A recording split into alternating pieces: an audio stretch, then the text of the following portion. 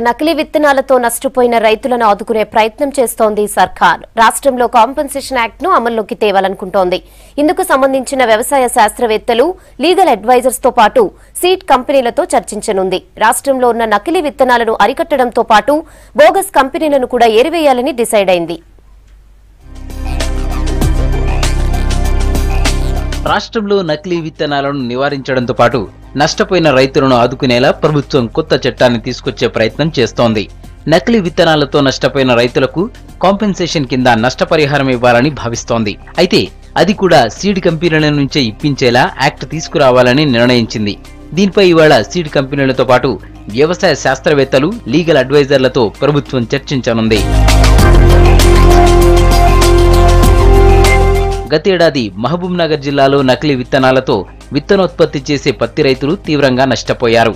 ఈ ఏడాది నకిలీ మిర్చి విత్తనాలు రైతులను నిండా ముంచాయి. దీనిపై సర్కార్ సీరియస్ గా స్పందించింది. అనుమతి లేని విత్తనాలను సప్లై చేసిన కంపెనీల లైసెన్స్లను రద్దు చేసింది. కానీ రైతులకు మాత్రం పూర్తి స్థాయిలో నష్టపరిహారాన్ని అందించలేకపోయింది. రాష్ట్రంలో కాంపెన్సేషన్ యాక్ట్ తీసుకొస్తే రైతులకు న్యాయం జరుగుతుందనేది ప్రభుత్వ ఆలోచన. ఇందుకు కొన్ని సీడ్ కంపెనీలు కూడా మద్దతిస్తున్నాయి. ప్రభుత్వంతో కలిసి పనిచేయడానికి సీడ్మెన్ అసోసియేషన్ సిద్ధంగా ఉందని ప్రకటించింది. మేము గవర్నమెంట్కు ఏ స్పూరియస్ సీడ్ వాళ్ళు కంట్రోల్ చేయాలనే ఉద్దేశం ఉందో దానికి మేము 100% సపోర్ట్. దాంట్లో ఏం డిబేట్ డిస్కషన్ లేదు. కాకపోతే మేము చెప్పేది ఏంటంటే రాజ్యసభలో పెండింగ్ ఉన్న సీడ్ బిల్లు అది ఎఫెక్టివ్గా ఇంప్లిమెంట్ చేయగలిగితే, తొందరగా రాజ్యసభలో ఉండేది పాస్ చేయించి గవర్నమెంట్ ఎఫెక్టివ్గా ఇంప్లిమెంట్ చేయగలిగితే అన్ని సెటరేట్ అయిపోతుంది. మరోవైపు కొందరు చేసే తప్పులతో అన్ని సీడ్ కంపెనీలకు ఇబ్బందిగా మారిందని ఆవేదన వ్యక్తం చేశారు.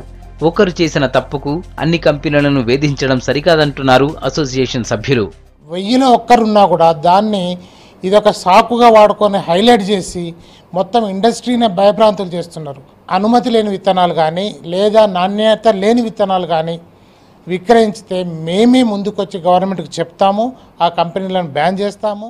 ఇక రాష్ట్రంలో కొత్తగా కాంపెన్సేషన్ యాక్ట్ తీసుకొచ్చే కన్నా రాజ్యసభలో పెండింగ్ లో ఉన్న సీడ్ అమెండ్మెంట్ యాక్ట్ ను పాస్ చేయించుకుంటే సమస్యలు తీరుతాయంటున్నారు రిటైర్డ్ అగ్రికల్చర్ అధికారులు.